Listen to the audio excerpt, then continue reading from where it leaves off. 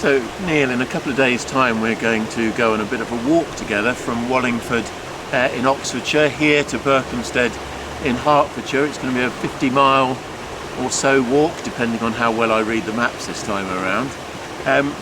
And the idea for this walk was something that came out of conversations we started having almost exactly this time last year, and I wonder if you wanted to say a little bit about the vision behind this idea of sharing in this pilgrimage together. I can remember it was the 7th of October that we spent together as two communities. You were our guest in our service, and in the aftermath of the violence that we all witnessed and experienced on our phones, in the updates and on television, we sat down together. I know my community was really feeling very fearful and very anxious. There seemed to be a lot of hate around, a lot of distrust of communities, and we threw around some ideas of how we could be models for building bridges and connecting people together, and across our local area, not just in Berkhamsted, but across the whole of the Thames Valley, across the West Herts.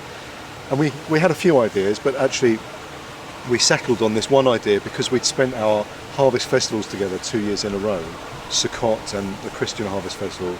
We thought maybe this was a way that we could explore our religious faith, but also our local community together. But it's that sense of harvest being a time when both our traditions give thanks for God's good gifts to us in creation, and also a time as we give thanks for all that we have, that we're mindful of all those who have not. And of course around harvest, that sense of lack, which we can particularly focus on, is around lack of enough nutrition, lack of enough food, about hunger, which is why in part this walk is a sponsored walk, raising money for the Trussell Trust and the great work they do with food banks across this country, and also raising money for the Hunger Project, which works internationally.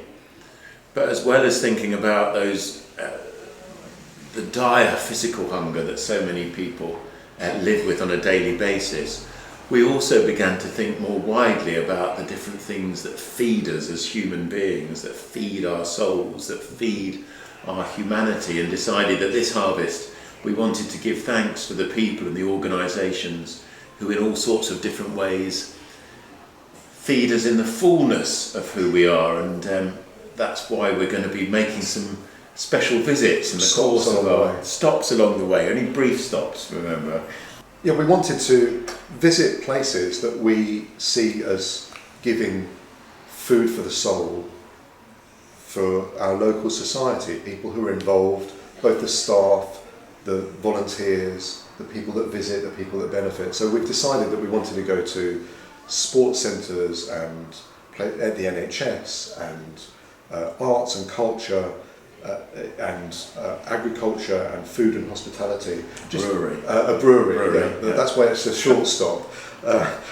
We wanted to really see how those places both give to the people who are involved in them directly, but also people that visit, and what that then does to the local community, because there are these amazing projects and amazing organisations that their explicit aim may or may not be to feed the soul, but in a sense they form the fabric and the texture of our society, the ways that we encounter each other and the ways that we're supported through our lives. So Wycombe Wanderers in the sport and the foundation that they have, the Stoke Mandeville Hospital, which of course does incredible work, the theatre, the brewery, the university, and really seeing the impact that can ripple out, the effect that can happen when we celebrate what those organisations are doing. I think that was really the key for us, how our souls are fed on our soul food walk, and seeing how other people are doing that as well. And giving thanks for what they're doing. Definitely giving thanks.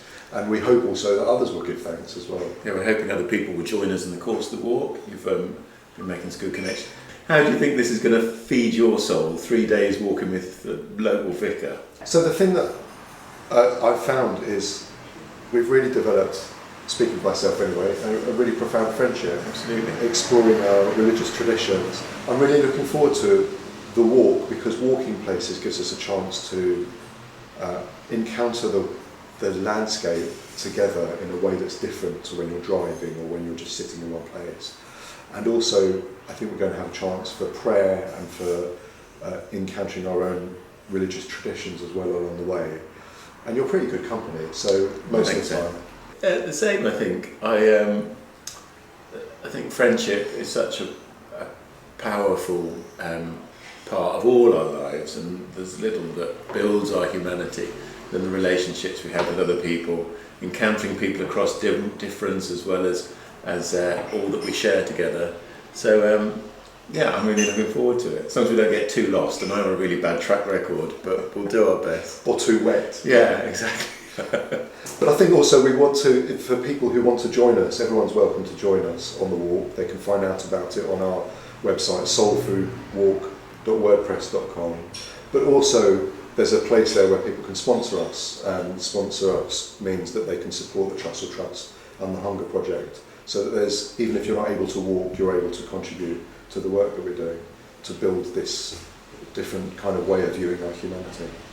Well, I think we'd better finish up our coffee and go and get our waterproofs ready. Absolutely.